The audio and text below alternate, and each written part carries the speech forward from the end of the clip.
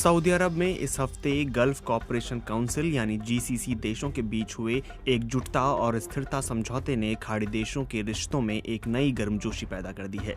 खाड़ी देशों के सालाना शिखर सम्मेलन में इस समझौते की घोषणा करते हुए सऊदी क्राउन प्रिंस मोहम्मद बिन सलमान ने कहा कि ये समझौता हमारी खाड़ी, अरब और इस्लामी एकजुटता और स्थिरता की पुष्टि करता है।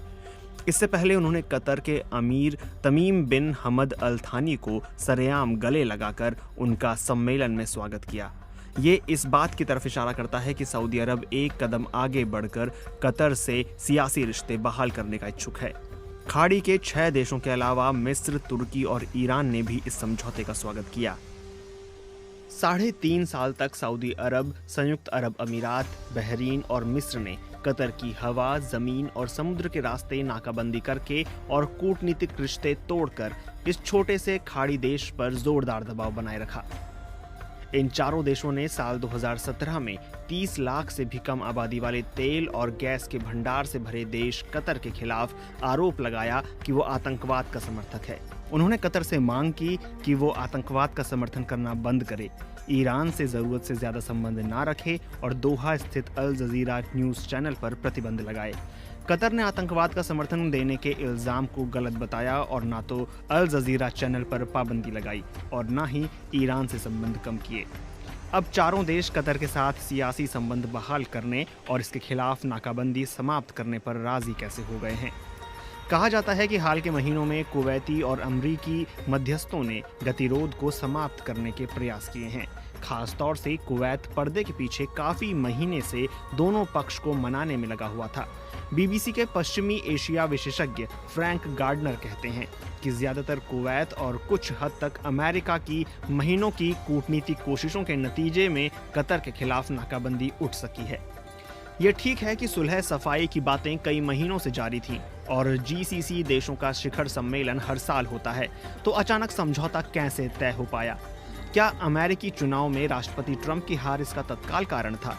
जवाहरलाल नेहरू यूनिवर्सिटी में पश्चिम एशिया मामलों के जानकार प्रोफेसर आफताब कमाल पाशा कहते हैं, इसकी तत्काल वजह है ट्रंप का हारना और जो बाइडेन का सत्ता संभालना। बाइडेन ने साफ कर दिया है कि ईरान के साथ वो परमाणु समझौते में कुछ शर्तों के साथ लौटना पसंद करेंगे। बाइडेन ने सऊदी अरब को कड़ी चेतावनी दी है कि पत्रकार जमाल खाशोगी की हत्या को वो एक मानवाधिकार का मामला घोषित करेंगे और उसमें छानबीन भी करेंगे। यमन में सऊदी अरब और अमीरात की सैन्य कार्रवाइयों की भी छानबीन होगी। कतर के डटे रहने की एक बड़ी वजह थी उसका ये विश्वास कि वो चरमपंथ का समर्थक नहीं है।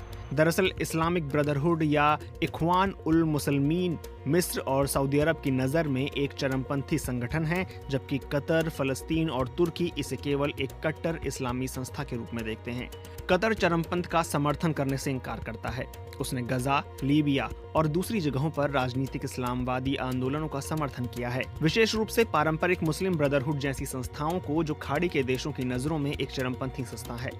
दूसरा यह है कि कतर पर ईरान से रिश्ते मजबूत न करने के दबाव को वो अपने विदेशी पॉलिसी के खिलाफ एक प्रहार की तरह से देख रहा है। हालांकि जीसीसी के एक सदस्य के नाते कतर इस बात के लिए बाध्य हो सकता है कि वो ग्रुप की तयशुदा पॉलिसी पर अमल करे।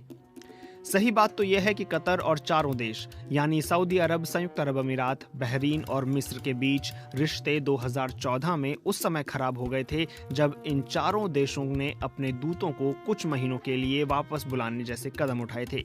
ये इस बात का संकेत था कि इनके बीच रिश्तों में खटास है। इस संकट के दौरान कतर की ताकत इसके दोस्त देशों का साथ भी थी। इस पूरे 3.5 साल में तुर्की ने कतर को व्यापक समर्थन दिया। इससे पहले भी कतर का झुकाव तुर्की की तरफ साफ नजर आता था।